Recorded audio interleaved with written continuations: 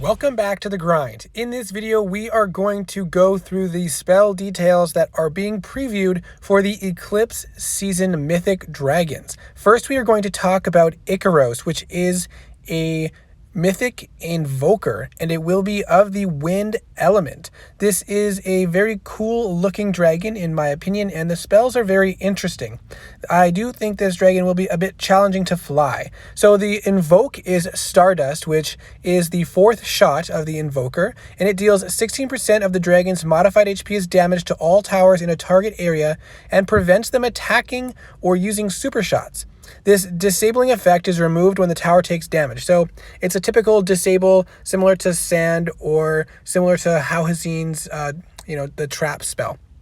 It does look like it will be a permanent disable. Next is Gravity Warp, which is an active white 2 rage spell for which the dragon dodges all non-beam attack towers for 3 seconds and also damages nearby towers for 40% of the dragon's modified HP, and also refills the Invoker's ammo by 100%, and then it will have a 6-second cooldown. So there will be a 3-second period where you will not be protected. Now, it is important to note that this will not protect you from lightning towers, storm towers, or ice turrets, or even the Dracul pylon, because that's also a beam tower. Now, I do know that this is going to be a very small range, so it will not attack or it will not deal damage to all the towers in on an island that you're facing. It will only deal damage to towers that are very close to your dragon, like right underneath it or very close to that. Next is Starry Night, which is a active blue 1 rage spell that allows the dragon to take no damage from elemental attacks and instantly heals 20% of the dragon's HP on cast. And it has a 3-second duration with a 2-second cooldown. So you can use this 3-second duration spell between the uses of Gravity Warp, so you have some protection during Gravity Warp against non-beam towers, and then when that goes down, you can use Starry Night to have some protection against elemental attacks. Now, it is a blue spell, so you will have to get rid of the blue mage before you can use this spell. And finally, we have Super Galvanic Overload, which there is a typo there. It says Overlord, which sounds pretty cool too, but it is a red active 1 rage spell, so you will have to either target a tower that is not protected by a red mage or disable the red mage first with the invoke shot. And this deals 150% of the dragon's HP as damage to the tower, so it should be a 1-shot spell. And if you reactivate it, you will gain back 2 rage at the cost of 6% health.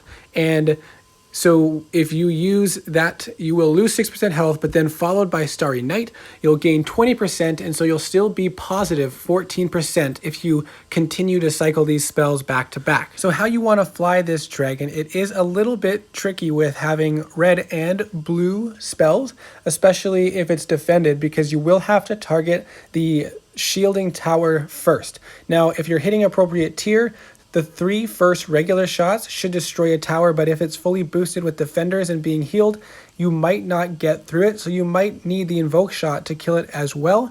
If the red mage is not next to the shielding tower, then you will have to use your refill on it. And so you'll want to start by unloading your clip using the white spell to refill your ammo and give you a period of protection, and then you want to try to get rid of the blue and red mage spells, at which point you can use Starry Night once your white spell ends, and then you can use Galvanic Overload to take out other towers that you haven't dealt damage to yet, and it will be a 1-shot spell, and you can use that multiple times on an island. It seems like it should be usable at least twice, especially if you recast it to gain back the rage, which will help fund the use of your other spells. But again, you gotta be careful because it does take 6% of your HP. This dragon, first of all, looks really cool. The spells actually seem to work together quite nicely. It'll be interesting to see the damage that comes from that white spell. You can actually see right here when activating it, it destroys the tower right below it.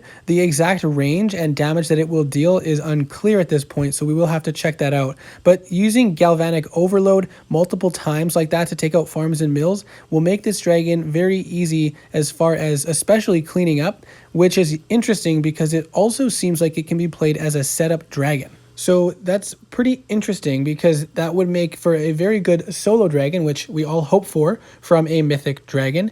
But it will be a little bit technical to play because of the blue and red mage requirements. And if it's defended with a shielding tower, then you will have to change your priority a little bit. But the ability to disable towers multiple times and then having the protection spells that he does, he can be protected from most damage for pretty much the entire flight. But you do need to keep in mind when you're flying over disabled towers and you use the white spell, it will remove the disable effect, and it may or may not one-shot a tower from full health, and that really depends on how high you're hitting. So if you're hitting up with this dragon, it may not work quite as well as a setup, but that'll take some testing. I'm actually really excited to test fly this dragon. Next is Quasar, and this dragon looks really cool as well, depending on your taste, but I think he looks amazing. It is the mythic fire warrior for this next season, and Quasar has Nebula Beam, which is a passive spell. So the passive spell causes breath damage to ramp up while sustained. For each period, damage is 50% more than the last one, and it caps out at 3 times damage. So I don't know how long it will take to ramp up the damage, but the longer you're holding down the breath damage for, the more damage you'll get. So you really do not want that breath damage to be interrupted. Otherwise, you'll seriously lose out on the damage that you can produce, and it will take time to ramp it back up.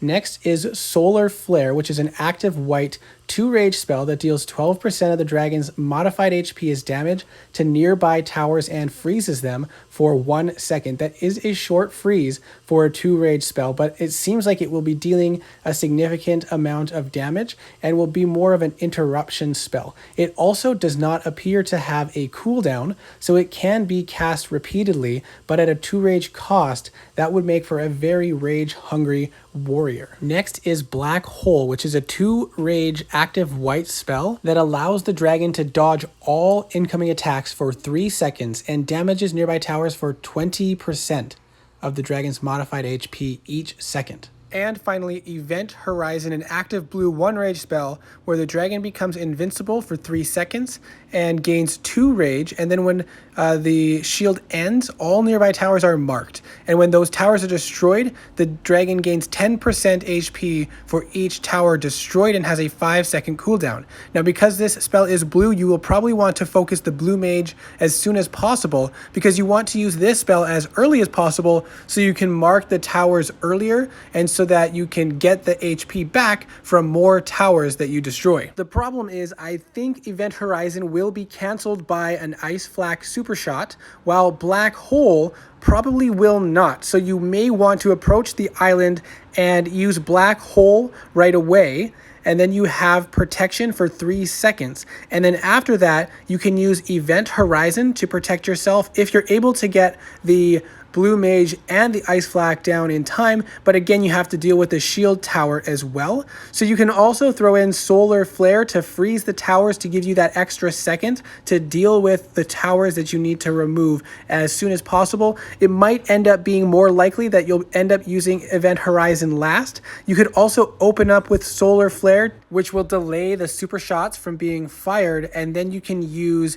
Black Hole after that to protect yourself further and deal more damage, during which time, if you've built up your breath damage with Nebula Beam, you ideally can take out the shield tower and the Blue Mage, maybe even the Ice Flak, in time to use Event Horizon, and that will protect you further, as well as mark the remaining towers that you can heal off of. Coming around the corner here, you can see they use the blue spell, which tops up the rage, and then they use the freeze right away, and then they use the other protective white spell that deals damage, and the blue spell finished that shield, so all those marked towers gave him all that health after he activated that white spell. Black hole, and that one deals a lot of damage to the towers you can see. So he started with the Mark Blue spell, and then when it popped, he used Black Hole to finish destroying the towers and gaining back a bunch of health. Again, you can see here on this island the same strategy. This will be challenging